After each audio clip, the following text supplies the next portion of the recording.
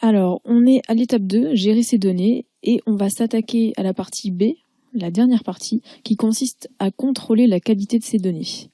Alors, c'est une étape qui est indispensable. Je vous en ai parlé dans l'intro, mais c'est indispensable de vraiment être conscient du niveau de fiabilité de nos données parce que, évidemment, ça détermine derrière le niveau de qualité des informations qu'on va partager avec d'autres personnes et sur lesquelles, potentiellement, on va prendre des décisions. Donc voilà, donc si on se rend compte par l'analyse qu'on va faire ensemble que la qualité de nos données elle n'est pas optimale, eh bien il va falloir mettre en place des mesures pour améliorer la saisie ou si on peut définir les traitements à faire sur ces données-là et les automatiser comme on l'a vu dans la partie A de cette étape 2 en utilisant l'éditeur de requêtes, etc., etc. Donc concrètement, on a 5 vérifications à faire. Et ces vérifications, on va les faire sur les champs clés. Ce que j'appelle les champs clés, c'est les champs sur lesquels on a une mesure, des calculs qui s'appuient. Donc des champs déterminants dans l'extraction des informations qu'on va faire à partir de nos données. Donc on a 2 cas de complétude à vérifier, la fiabilité, la pertinence et aussi la qualité des relations. Donc on va détailler ces choses-là ensemble. Dans ce tutoriel-là, je vais dérouler la théorie parce que pour effectuer ces contrôles-là, on a besoin de créer des mesures, des calculs. Mais on n'a pas encore vu ensemble comment on crée des calculs. Ça, c'est la partie 3 qui va suivre juste après. Donc ce que je vais faire, c'est que je vais balayer la théorie dans cette vidéo-là et ensuite, dans l'étape 3, je vais reprendre les exemples du contrôle qualité pour mettre en pratique les calculs qu'on définira.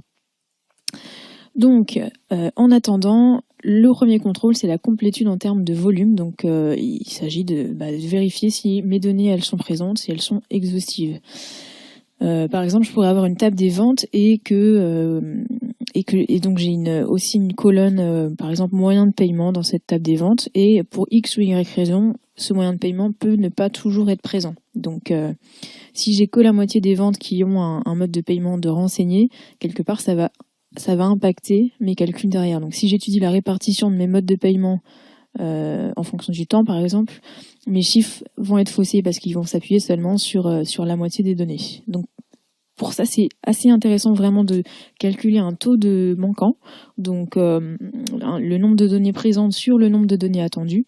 Là, dans mon cas, c'est le nombre de lignes de vente qui ont un mode de paiement renseigné divisé par le nombre de lignes de vente totales. Ça me donne une idée de l'exhaustivité de mes données. Deuxième contrôle à effectuer, la complétude en termes de couverture, c'est-à-dire est-ce que mes données couvrent bien tout le phénomène, tout le périmètre que je veux étudier. Donc pour ça, on va calculer un taux de couverture si on le peut. On peut pas toujours le calculer, mais en tout cas, c'est important de se poser la question. Voilà, même si on évalue cet indicateur-là de manière heuristique, au moins on s'est posé la question. Donc bon, l'exemple que je prends, c'est quand on étudie des ventes, par exemple sur 3 pays, donc le Benelux, faut quand même vérifier que dans nos données, on a bien les ventes sur les 3 pays.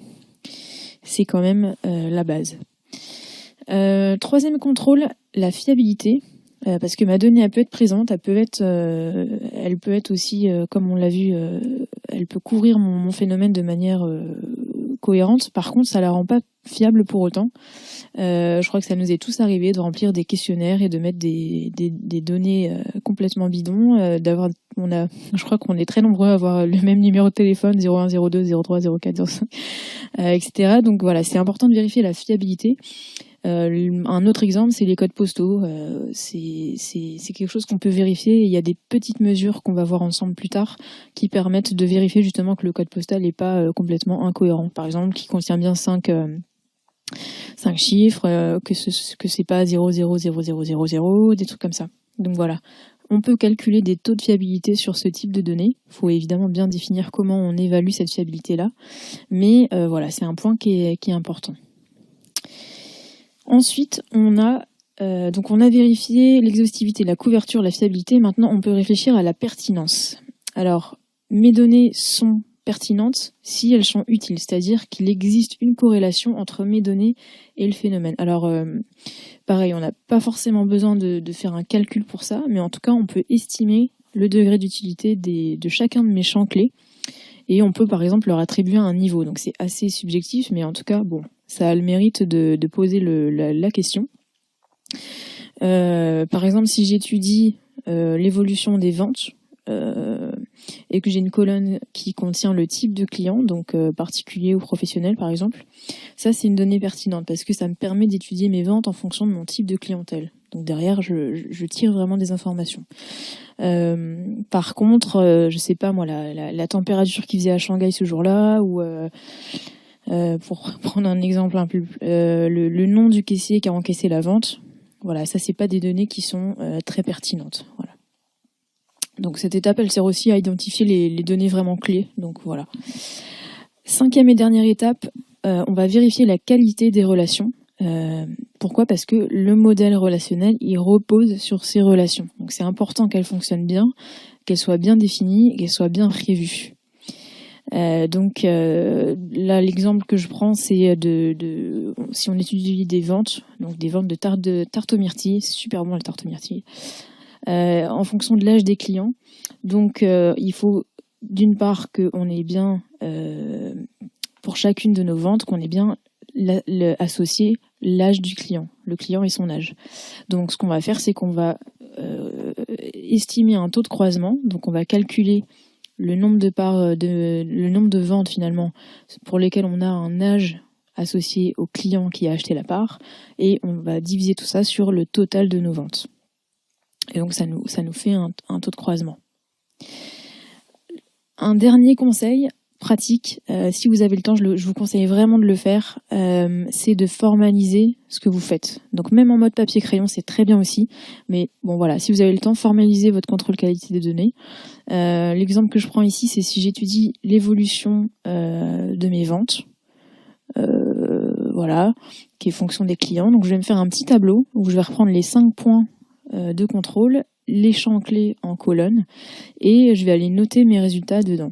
Donc ici, on voit que tous les clients, ils ont bien un nom. Voilà, j'ai 0% de manquants. Par contre, au niveau des âges clients, j'ai 10% des clients qui n'ont pas renseigné leur âge, ou alors qui ont mis un âge complètement fantaisie. Donc voilà, ça met au moins un point d'attention sur la répartition, par exemple, des clients par tranche d'âge, parce que c'est un indicateur qui va être basé seulement sur 90% des données au lieu de 100%. Ici, on peut aussi mettre en place certaines actions correctives. Par exemple, pour augmenter encore la fiabilité des clients, on peut affiner le mode de saisie. Par exemple, sur le nom. Ici, on peut par exemple bloquer la saisie quand le nom d'un client fait seulement une lettre, etc., etc. Voilà, donc je vais mettre cette théorie-là, ces 5 étapes en pratique dans l'étape numéro 3, donc la vidéo qui suit. Donc voilà, j'espère que vous avoir convaincu en tout cas de l'importance de ces étapes-là, de ce contrôle qualité des données, et j'espère que vous prendrez le temps après de le faire dans vos prochains projets.